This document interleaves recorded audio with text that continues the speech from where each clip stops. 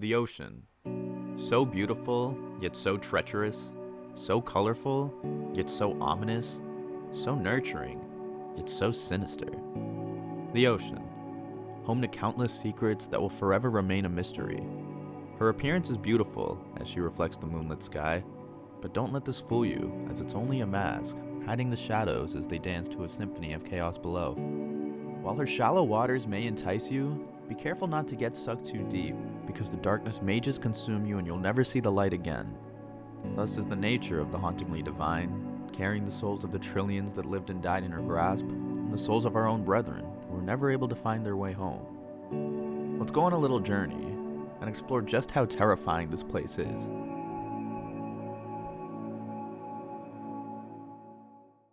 The disappearance of that submarine a few months ago unlocked a new fear of mine. Being stuck in a tight space like this with 4 old men just to die by getting crushed into them. As for my fear of the ocean, well, that's always been around. Even on the surface, we can encounter some of the most unholy creatures on this planet that spend their days increasing the amount of despair that's felt across the world. And that's no euphemism. Let me introduce you to the Irukandi jellyfish. This menace roams the shores of Australia and has one of the deadliest stings out there.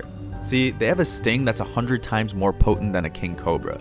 But while you can see a king cobra coming at you with its flamboyant savagery, the Irukandi jellyfish will sneak up on you even if you're looking for it. Not only are their bodies extremely small, about the size of one of your fingernails, but they're also transparent, so it's basically like looking for a glass shard in the ocean. But all this isn't even the reason this fool strikes fear among the locals. No. You see, a sting from this jellyfish can cause you to feel unforeseen levels of depression. These toxins mess with the brain to the point where people become suicidal. So if the torment from the excruciating pain doesn't take your life, perhaps the psychological manipulation will. But as we get deeper than your cooked roommate at 3 a.m., we'll see horrors that you will only see during your sleep paralysis. Just look at this guy. This is the big fin squid, ranging from 13 to 26 feet long. It's incredible how deep in the ocean this beast is found, around 15,000 feet below the surface, with sightings as low as 20,000 feet.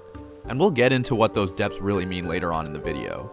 Now, we don't know much about the big fin squid, since throughout the entire history of humanity, we've only seen them about 25 times. But potentially more, as throughout history, sailors have always reported seeing large squids. But also, they thought manatees were seductive mermaids, so we really can't take anything they said to heart. Down bad behavior, for real. That being said, they've been seen all around the world, off the coast of Brazil, Ghana, Hawaii, and India. So you know these guys just be lurking. Another funky creature is the goblin shark, also known as the imp shark. This guy has a face that only a mother could love, assuming that she's blind. And just to make himself uglier, he protrudes his jaw in this unnatural motion just to catch his prey. There's not really anything freaky about this guy, he's just really ugly.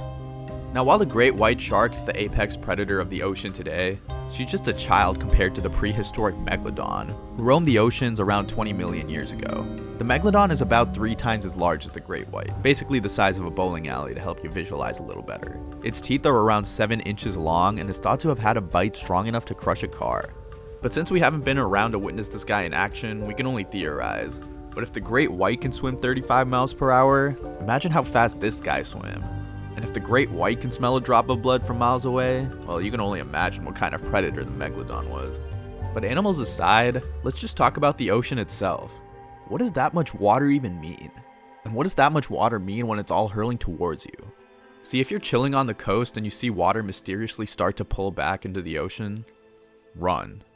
Because that water is suddenly going to come back at you in a wave that's 100 times bigger than the ones you were looking at before. And it won't be that pretty emerald green that it was before. Instead, it'll be pitch black as the ocean delivers its ominous ferocity right at you, with intention to harm. Tsunamis aren't like other waves. For one, your regularly scheduled wave exists because of the wind. Tsunamis, on the other hand, are caused by natural disasters, like underwater earthquakes, landslides, or God forbid a meteor. Also, a normal wave has a wavelength of around 10 to 20 feet. A tsunami, on the other hand, has a wavelength that's hundreds of miles long. And that's why in deep water, they're moving at speeds of up to 800 miles per hour. That being said, most of this movement is actually beneath the surface, so a fisherman even a couple miles offshore might not even realize that a tsunami just passed underneath them. See, I'd like to think I'm built different and could just outswim a tsunami, but that's simply not happening, seeing as I almost broke my back when a measly 2-foot wave threw me into a rock. My back! But that just goes to show how powerful waves can be. because even a 2-foot wave has the energy to feed Shaq for 3 years. But even when the waves are tiny, the water can still find a way to make your life a living hell. How? Let's say you go to the beach. You have a good time with your friends and have a successful day of not getting stung by any jellyfish. No sharks, no tsunamis that you're aware of. Life is good. So you go home and you sleep happy. But then you wake up and you look like this, wishing you got hit by a tsunami in Alaska instead. So what happened? Well, it seems like you encountered a bacteria known as Streptococcus pyogenes, better known as the flesh-eating bacteria. These bacteria love to roam around warm waters, and because of that, your body makes a great environment for them to thrive in. So if you go in with a cut, even as small as a bug bite that you weren't aware existed, they'll exploit that and enter your skin. Once they're inside you, well, that's where the magic begins. They break down the connective tissue, and this allows the bacteria to spread throughout the body extremely fast. And to make things worse, they're really good at avoiding the immune system. So they'll keep destroying your body while your body does little to protect itself, and it's excruciatingly painful. This disease is fatal, and the only way to cure it is to take extreme antibiotics early on in the disease, or amputate the infected area before it spreads. Don't go into the water with a cut. You'd only be helping the bad guys. But forget the shoreline. Let's go deep. It's almost easier to go to the moon than it is to go to the bottom of the ocean. After all, people have gone to the moon, but nobody's ever gone to the bottom of the ocean. And that's because of water pressure. See, the pressure on the surface is 1 atmosphere, which means the air is pushing about 15 pounds of force against you, and you don't feel this because your body's adapted to it and pushes the same force back.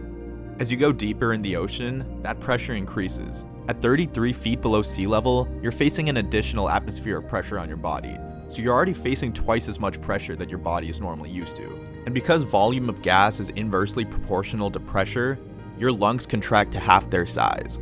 So what happens if you go deeper? When you're 100 feet down, you're already facing the limits of your body. Facing almost 4 atmospheres, your lungs are about 1/4 of their normal size. Interestingly enough, our bodies have a dive response, which will cause your limbs to contract so that the blood can go to the brain and heart.